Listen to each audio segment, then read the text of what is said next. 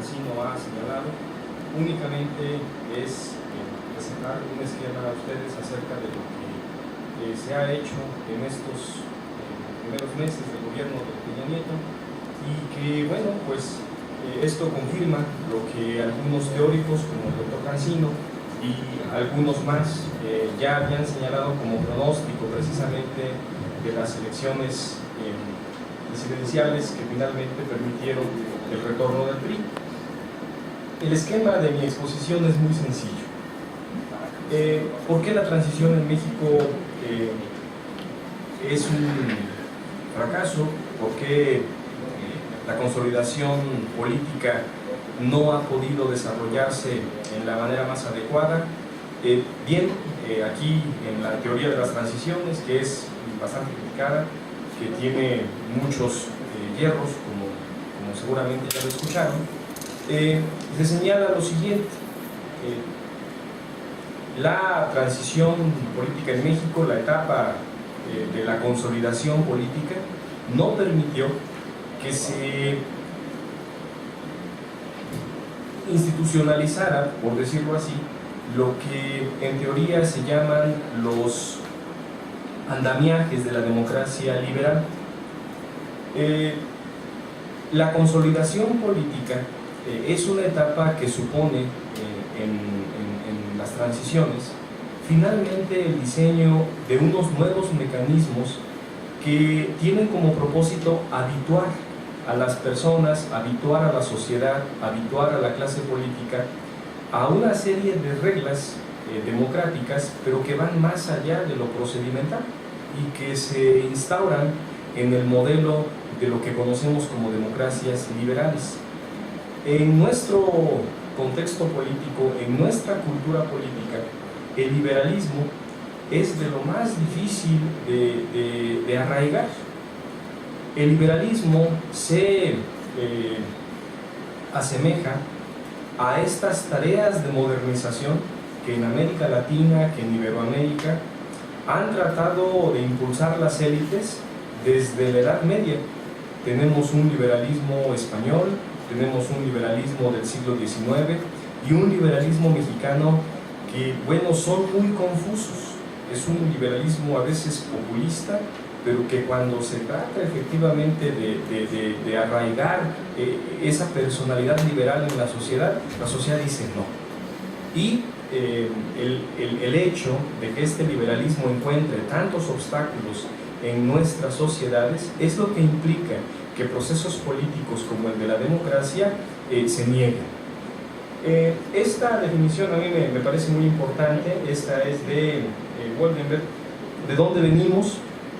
Venimos de un régimen semi-autoritario, una dictablanda, una democradura, que ya seguramente aquí nosotros conocemos, este trípode que bien describía Cosío Villegas, ¿no? El partido oficial, el presidente, las élites, que funcionaban muy bien y que funcionaron muy bien mediante esa fórmula impresionante para el arreglo político del país, que generó una pax priista en el siglo XX y que se llamó corporativismo.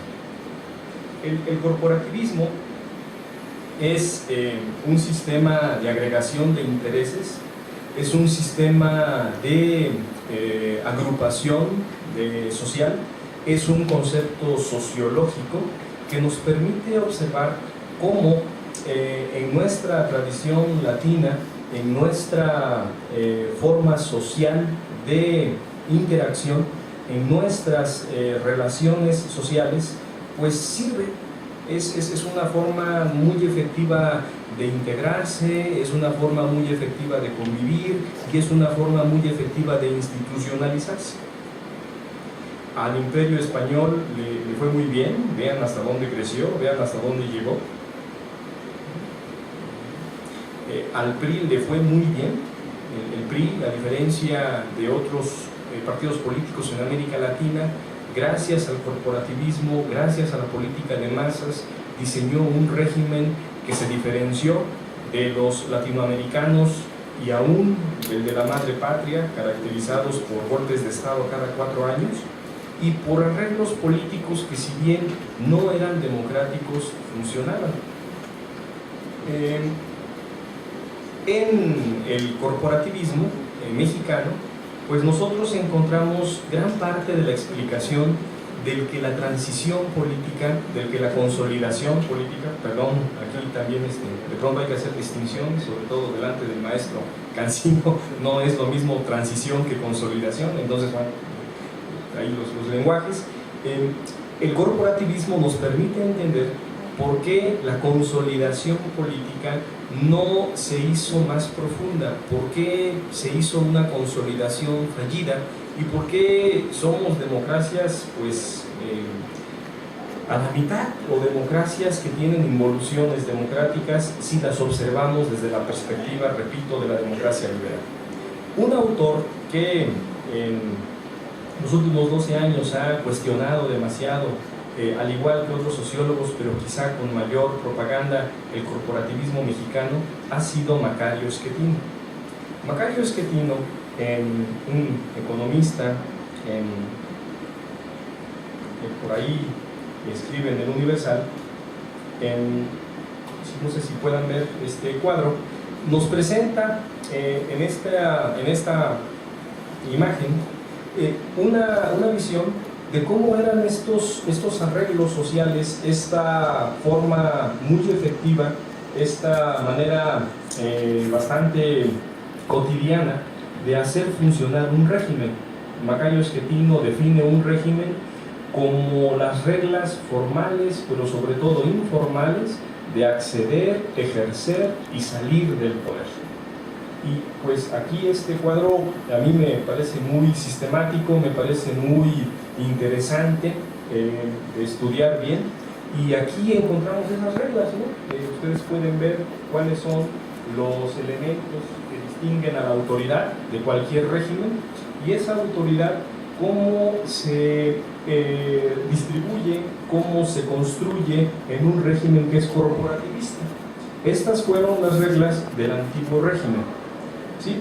Reglas que, repito, nos pueden parecer corruptas, nos pueden parecer inmorales, pero que en una situación como la del México del siglo XX sirvieron para desarrollar una gobernabilidad efectiva, una gobernabilidad que generó crecimiento económico, que generó desarrollo, que generó modernización del país, pero no democracia.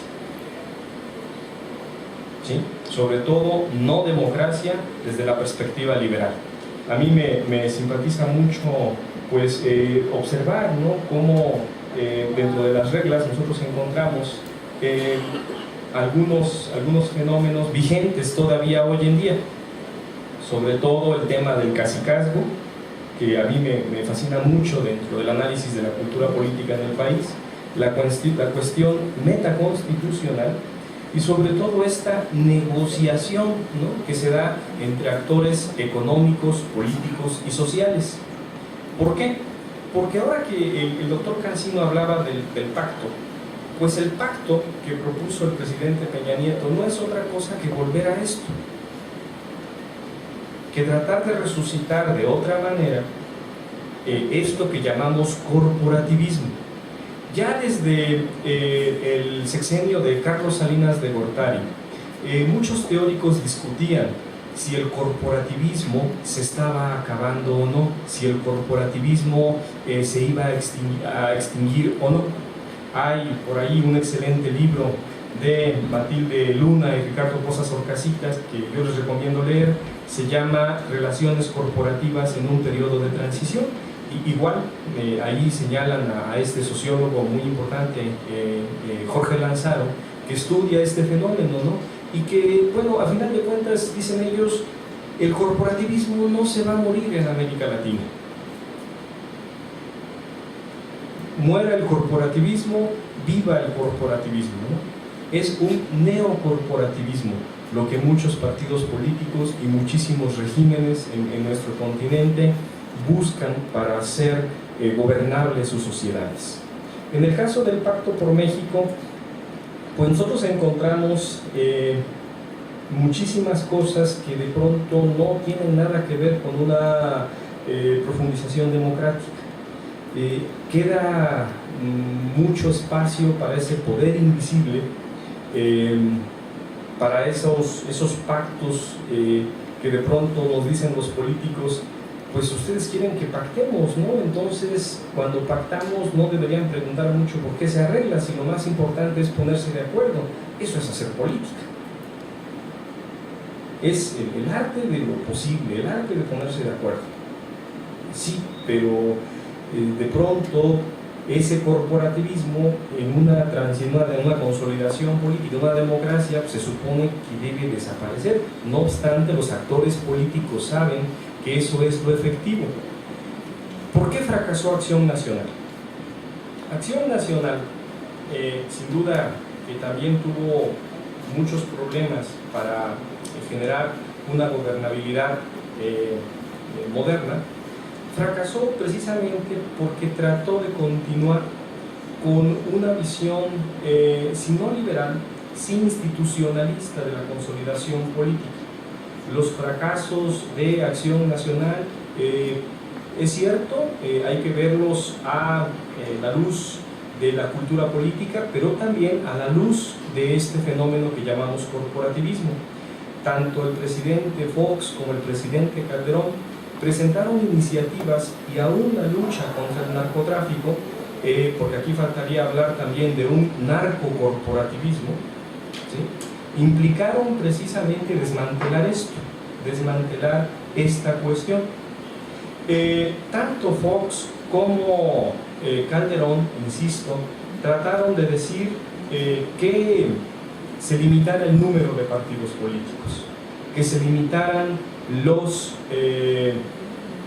diputados plurinominales, que se acabaran ciertos poderes fácticos, pero a final de cuentas muchos de ellos terminaron siendo necesarios también para gobernar, como es el caso de la maestra Elvester.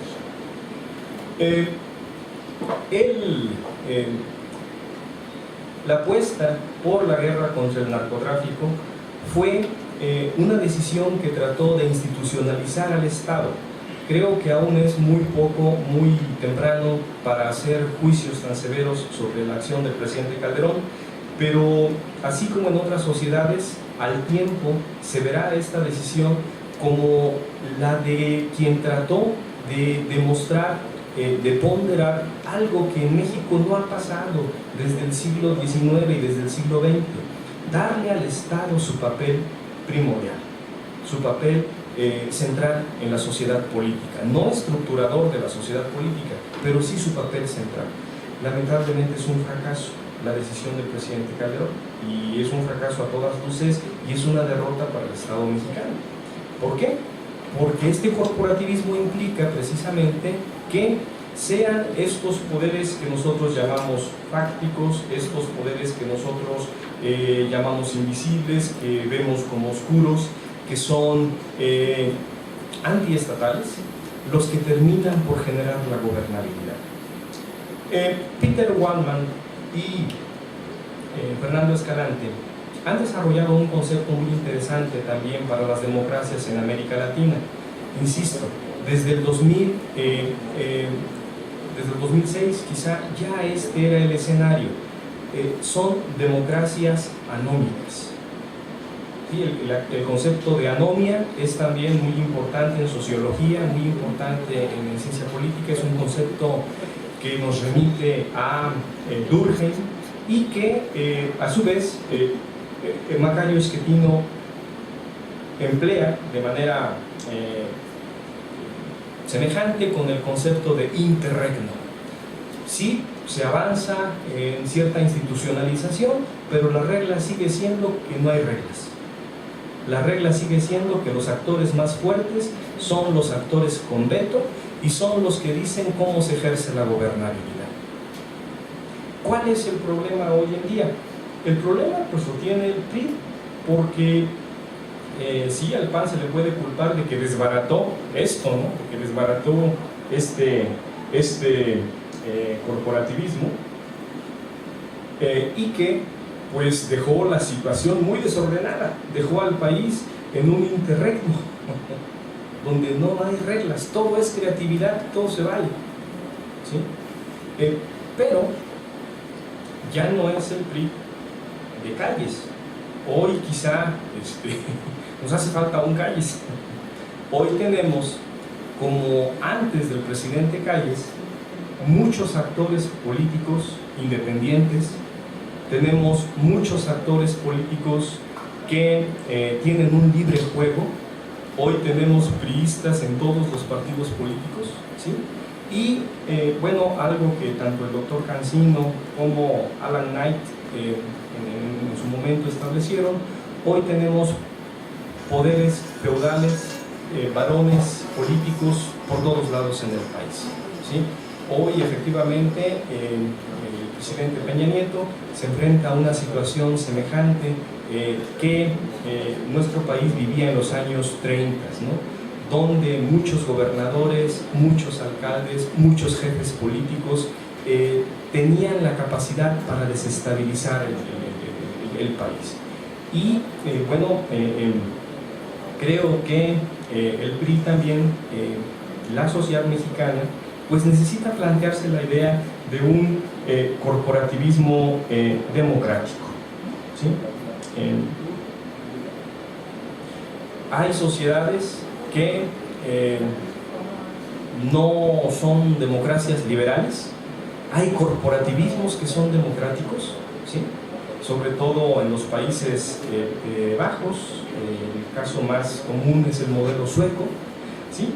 Y bueno, pues creo que también no es que estemos negados para el liberalismo, pero probablemente el corporativismo que ha sido tan efectivo en nuestras sociedades tiene que ser mejor evaluado. Este es uno de estos cuadros de los que les hemos hablado. ¿Qué es lo que no se ha desarrollado en nuestro país? Esto es lo que ha faltado para la consolidación democrática y bueno, pues todavía se ve muy lejos en el horizonte, ¿no? La preocupación es más por la gobernabilidad, y esa gobernabilidad a veces implica el que los actores políticos realicen acciones que no siempre son muy democráticas, ¿sí? Bueno, pues yo con esto termino, perdón que sea tan breve, pero también creo que vale la pena escuchar sus comentarios. Muchísimas gracias.